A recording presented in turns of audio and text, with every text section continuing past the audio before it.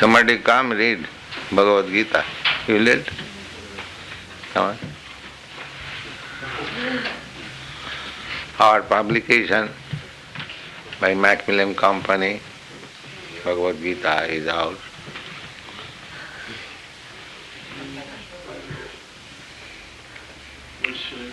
Introduction.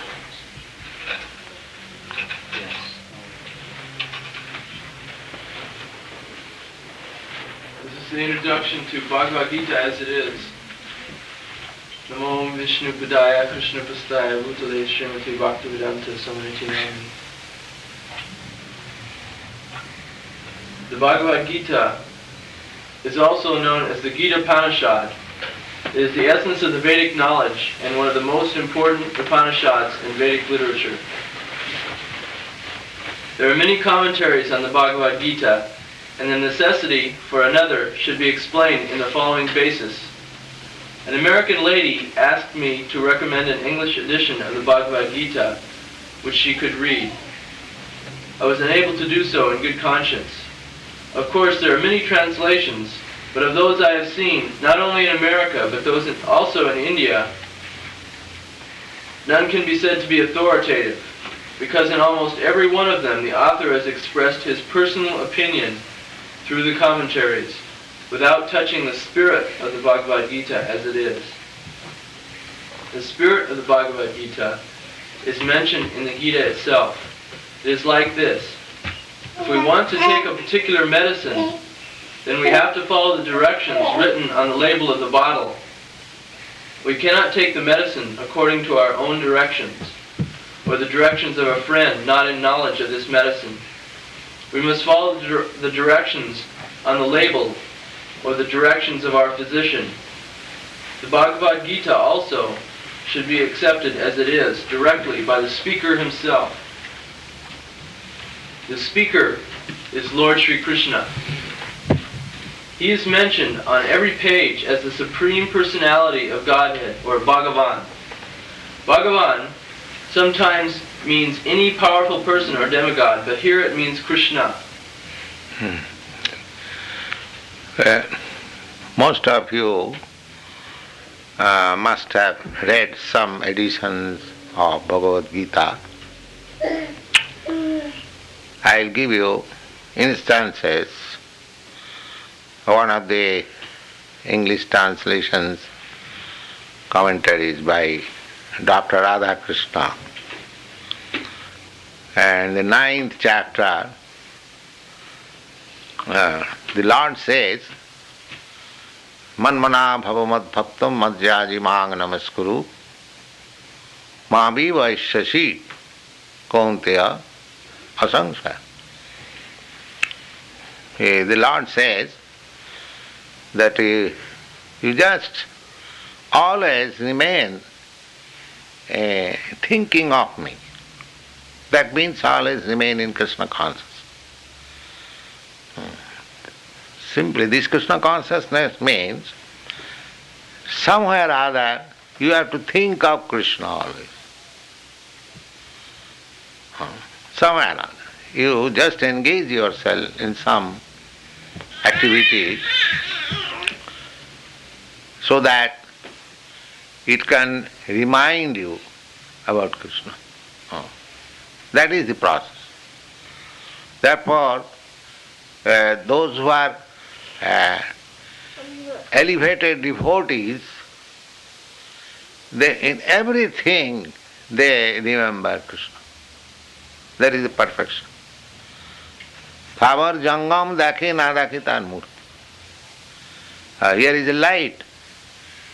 A perfect devotee sees the light, not the light as it is, but he sees some relationship with Krishna or Krishna in the light.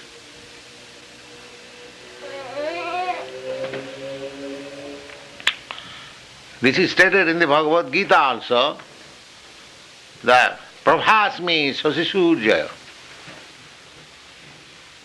Rasoham Apsu Kaunteya Prabhasmi Sasishurjaya. Krishna says that I am the taste of the water. Now when you are thirsty, you want water, you feel some nice taste in the water by which your thirst is satisfied. Yes, now I am satisfied. The Krishna says, I am that taste. Similarly, he says, Prabhasmi Sasusurja, the light in the sun, in the moon. I am that light. In this way, he has described. So, when one is highly elevated in Krishna consciousness, in everything, in every action, and every phenomenon, he will see only Krishna. That is the perfection of Krishna consciousness. So that is being taught in the 9th chapter, and in this verse, Manmana bhava mad bhakta, always think of. This is the sum and substance of all spiritual advancement. What is that? Smartabam satato Vishnu. One should always be absorbed in the thought of Vishnu, the Supreme Personality of God. That is called Samadhi. That is perfection of yoga. The yoga system is the practice of the most lower class of men. I am to say spiritually, not materially. Because their mind is so much distracted from here and there. They have to concentrate the mind by practice and focus the mind on Vishnu. That is the yoga perfection, real. Now they are manufacturing so many other things. But the real yoga practice is this, that you have to and draw your attention from everything and focus the same on Vishnu form. That is yoga. Dhyanavastita manasa pashyanti jam yogina. This is the definition of yogi. They are in meditation. Dhyanavastita. Dhyanavastita means meditation. So those who are yogis, you have heard so much about meditation. There is very popular word in your country. And what is that meditation? The meditation is to focus the mind on the form of Vishnu. Dhyanavastita manasa pashyanti jam yogina.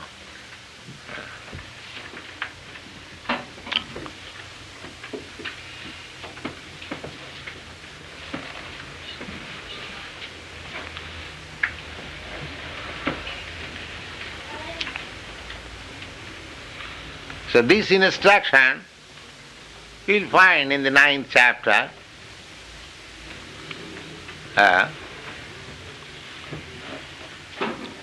Manmana bhavamad bhakta, always think of me. That is the perfection of life, always thinking of Vishnu.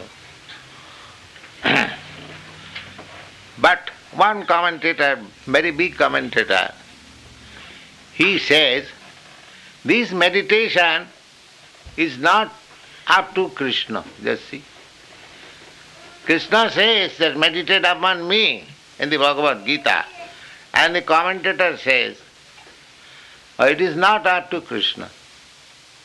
In this way, in similar way, or a different way, every commentary on Bhagavad Gita so far published, I have seen, their business is how to divert one's attention from Krishna. Although in the Bhagavad Gita, the main factor is Krishna. That is mentioned here. What is that?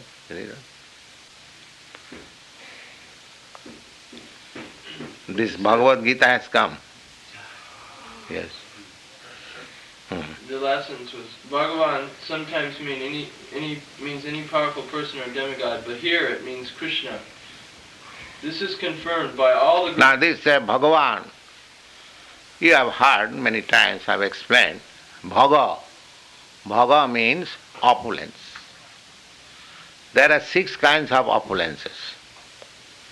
What is that? Wealth, then influence, strength, reputation, and knowledge, beauty, and renunciation. Is it not 6? If a man is wealthy, very rich, just like in your country, Rockefeller, Ford, there are many rich men in your country is very rich. So, if one is very rich, he is called opulent. If a man is very reputed, famous man, he is also opulent. If a man is very influential, he is also opulent. A man is very strong. Now the strong man, formerly, strong man had respect. All the kings, they were respected on their personal strength. They had to fight with the opponents. So that is also opulence. Then beauty, a very beautiful man or woman, that is also opulence. And wise, very learned, wise man, that is also opulence. Scientist, philosopher, mathematician. So they are also opulent. And renouncer. A renouncer, that one who gives us everything. He has everything in his possession, but he disposes himself. That is called renunciation. Just like a king, Maharaj Bharat, under whose name India is called Bharatvarsha. He was the emperor of the world. But at the age of 24 years only, he gave up everything. His young wife, young children. Lord Buddha was prince. But a very young boy, at the age of 20 years or something like that. He gave up everything, his father's kingdom. This is called renunciation. At the present moment, hardly there is any instance of renunciation. But formerly, there were many kings, many princes who renounced everything for spiritual advance. So, these 6 principles are called bhoga. So, these 6 principles are there, just like we are minute part and parcel of the Supreme Lord, fragment, very small fragment. So, every one of us have got some money according to our capacity. Every one of us has got some strength or some reputation or some beauty or some knowledge. Comparatively, it may be that your possession may be greater than me or others' possession may be greater than you. Not all of us on the same level, their comparative position. So, Bhagavan means you go on searching. When you find a person that nobody is richer than him, nobody is stronger than him, nobody is reputed than him, nobody is wiser than him, nobody is beautiful, more beautiful than him, and nobody is renounced than him. He is Bhagavan. He is God. So all these you will find in Krishna. That is the significance of Krishna.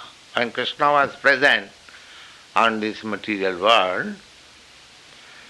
So, nobody could excel him in any of these opulences. Nobody. So far richness is concerned, he exhibited his richness, which is dream now. He married 16,108 wives. And each wife had a palace. And the palace did not require light. It was bedecked with valuable jewels. So at night, the light from the jewels will illuminate the rooms. Can you imagine such house? And not only that he married 16,000 wives and he was apart from them. No, with each wife he was present. With some wife he is talking, with some wife he is playing, with some wife he is looking after the children. In this way, Narada traveled all the houses, all the palaces. He saw Krishna is there engaged. This is called opulence. And so far power is concerned, there are so many fights with Krishna, nobody could conquer. So far beauty is concerned, you know Krishna's beauty, even from the picture. And all the gopis in Vrindavan, Krishna at the age of 15th, 16th year, naturally at that time boys are very beautiful. Any man even. So he was so beautiful that all the gopis prayed to Jogamaya. Everyone prayed, my dear mother, please give me Krishna as my husband. So, this is very nice significance. You see, that the day they prayed, the next day there was, perhaps you know, the Krishna's Vastrahan Leela. Vastrahan Leela means, in India still there are places in Punjab when girls and women take bath, they keep their clothing in the river, I mean to say, not in the bathroom. In the rivers, they keep their clothing on the shore, on the bank, and they dip into the water completely naked. So that place is completely separate for the woman. No man can go there. That is the system, still somewhere. And they will take bath fully and they will come and again dress. And woman, they are all naked, there is no shame. There is no man or no boy can go there. This Vastrahan Leela was that Krishna and Stilili went there and took up all their clothes and got up on a tree with the clothes. And they cannot come out of the water. Krishna, you are very naughty, give us our clothes, give us our clothes. That was Vastrahan Leela. The purpose was, the people interpreted in different way.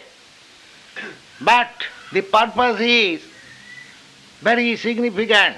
Only devotees can understand that all these girls, day before, they prayed to Jogamaya, that everyone prayed that let us have Krishna as our husband. Now, Krishna was at that time only 15, 16 years old.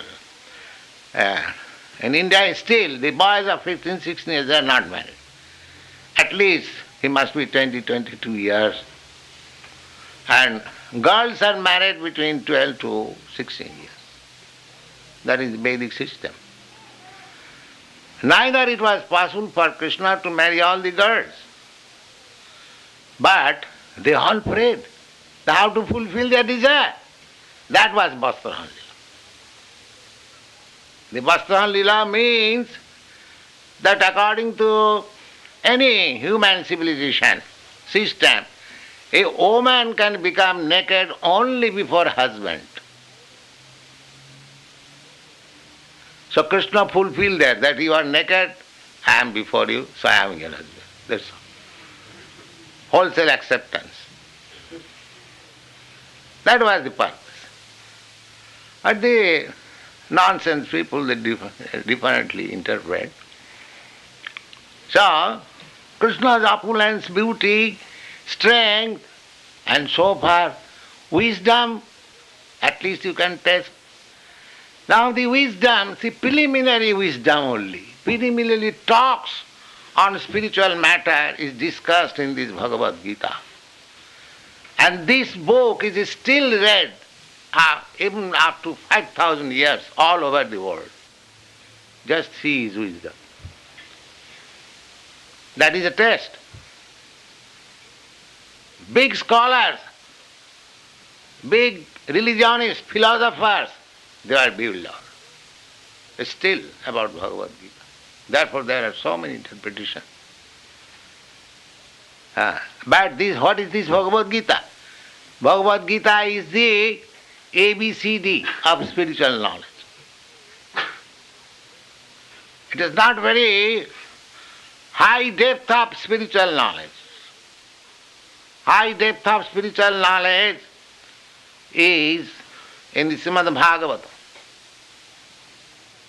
And this is only entrance, just like children are taught ABCD or first book of knowledge.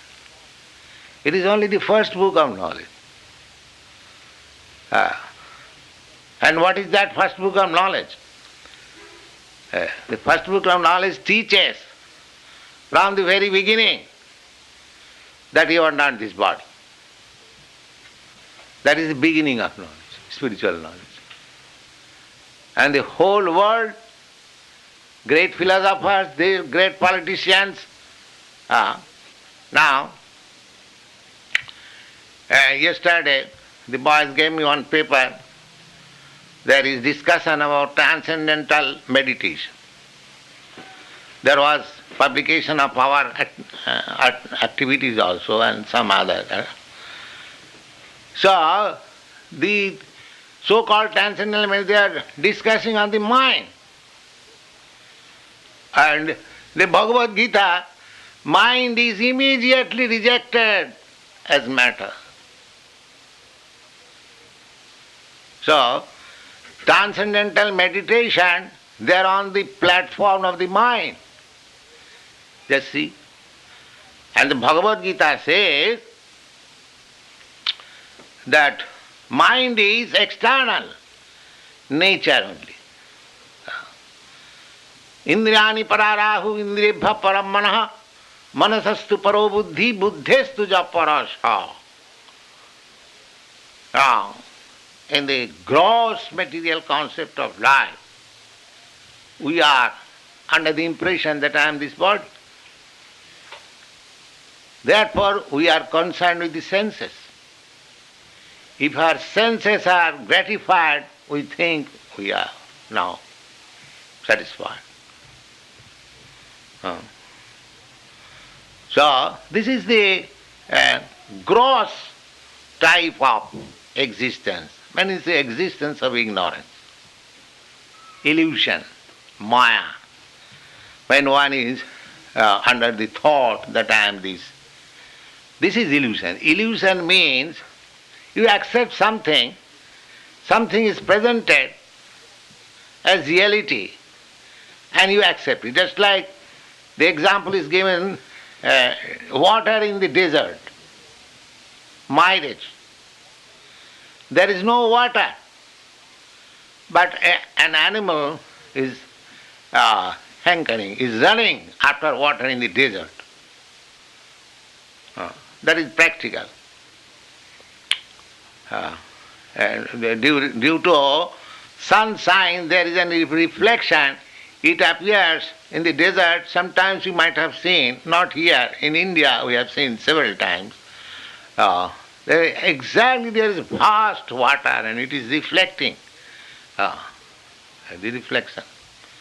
That is called mayonnaise. There is not a drop of water, but the animal, when he is thirsty, it thinks that there is water. He jumps into the desert and the water is going ahead, and he is running after it and then dies.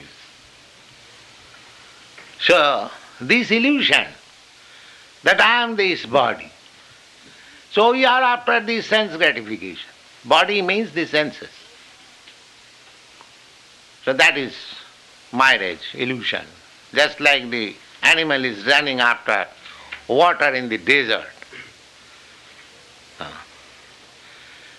So, even this yoga system, the Hatha Yoga system, that is also based on this illusion.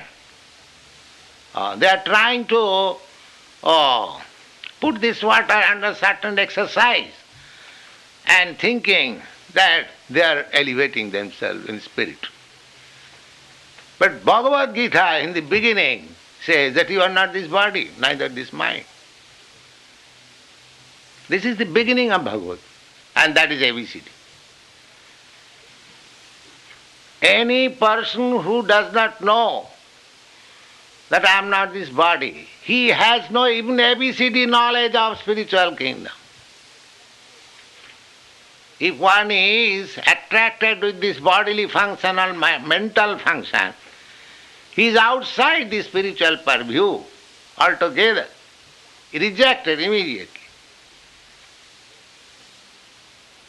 That test is in the Bhagavad Gita.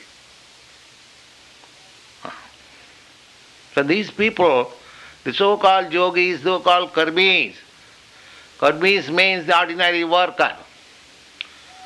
Those who are running in the street with motor cars, this way and that way, very busy. You see? What are they? They are karmis.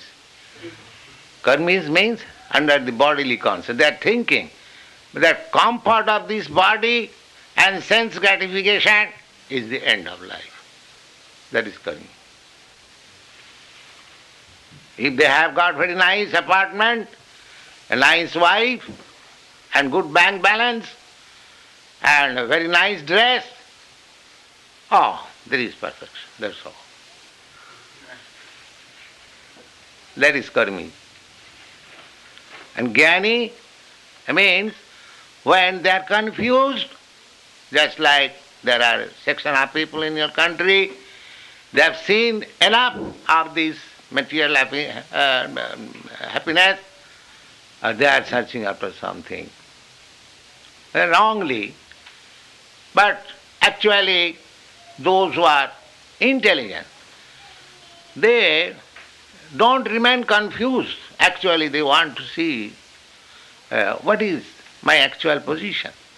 They are called jnani, man of knowledge.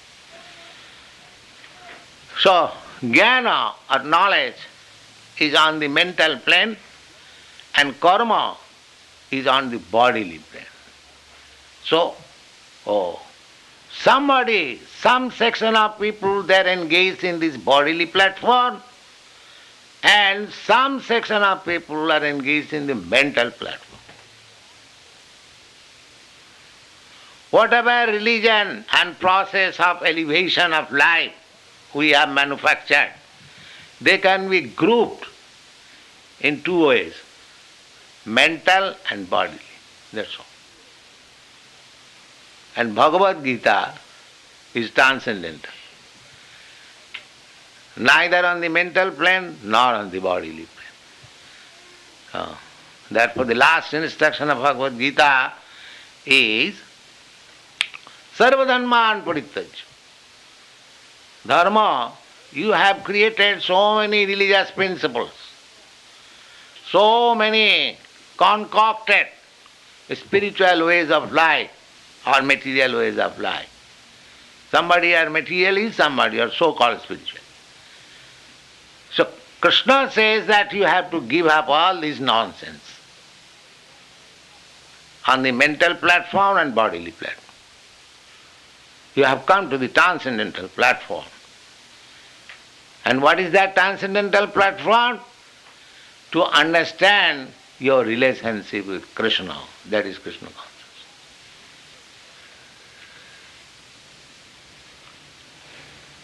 Read.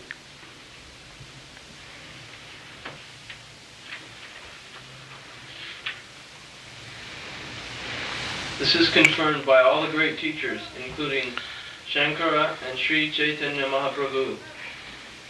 In India, there are many authorities on Vedic knowledge, and they have virtually all accepted Sri Krishna as the Supreme Personality of Godhead. We should therefore accept the Bhagavad Gita as it is, directed by the Supreme Personality of Godhead. Here is an important fact. The other day while I was walking, I saw one advertisement of tourist agent. India's picture is given, the wonderful land. The wonderful land. Anyway, so I asked Kartikeya, so India is considered very wonderful? He said yes. Anyway, India is still considered the land of spiritual cultivation. Even one Chinese author, he has written that if you want to study religion, then you have to go India. He is impartial. He is not Indian, not an American, any country. He is Chinese. Chinese are considered to be communist country, but he has very impartially said that if you have to learn what is religion, then you have to go to India. Anyway, India, actually it is the land of religion, Dharma Kshetra. Although it has gone down at the present moment, but anyway, there are two sections amongst the Indian bona fide religionists. That means bona fide religionists means those who are following the Vedic principles. They are called bona fide. That was the system in the bygone ages, even 1,000 years ago. Now, that's like Buddha religion. Buddha religion is also Indian religion. Lord Buddha, he was Indian. He, just like Lord Chaitanya began his propaganda from Bengal, Lord Buddha made his propaganda from Bihar. He was Indian. But the defect was that he did not acknowledge the authority of the Vedas. Therefore, his philosophy was considered atheism. And the Shankaracharya drove away all the Buddhists from the land of India. Therefore, they took shelter in China, Japan, Burma, outside India. So anyway, strict religionists, they are followers of Vedas and they are divided into two groups. One group led by Shankaracharya and the other group is led by the Vaishnavas or generally Ramanujarya, Madhvacharya or Lord Chaitanya. They are all the same, Vaishnava. Now all these two groups following the Vedic principle, they accept Krishna as the Supreme Personality of God. So far India's authoritative persons are concerned, there is no two opinions that Krishna is not God. Both of them accept Krishna, the Supreme Personality. So far we are concerned, Vaishnavas, we accept. There is no doubt about it. There are four different parties of Vaishnavas. All of them accept Krishna, the Supreme Personality of God. There are 8 commentaries on the very authoritative, very enlarged commentaries on the Srimad Bhagavad of these Vaishnavas, and all of them accept Krishna. So far the other party is concerned, the impersonalist, led by Shankaracharya, a great stalwart scholar, he also accepts Krishna as the Supreme Personality. He says, Sa Bhagavan Sayam Krishna. The concept of personality of Godhead, here is Krishna. And people may misunderstand, therefore he has specifically mentioned Krishna, who has appeared as the son of Devaki and Vasudeva.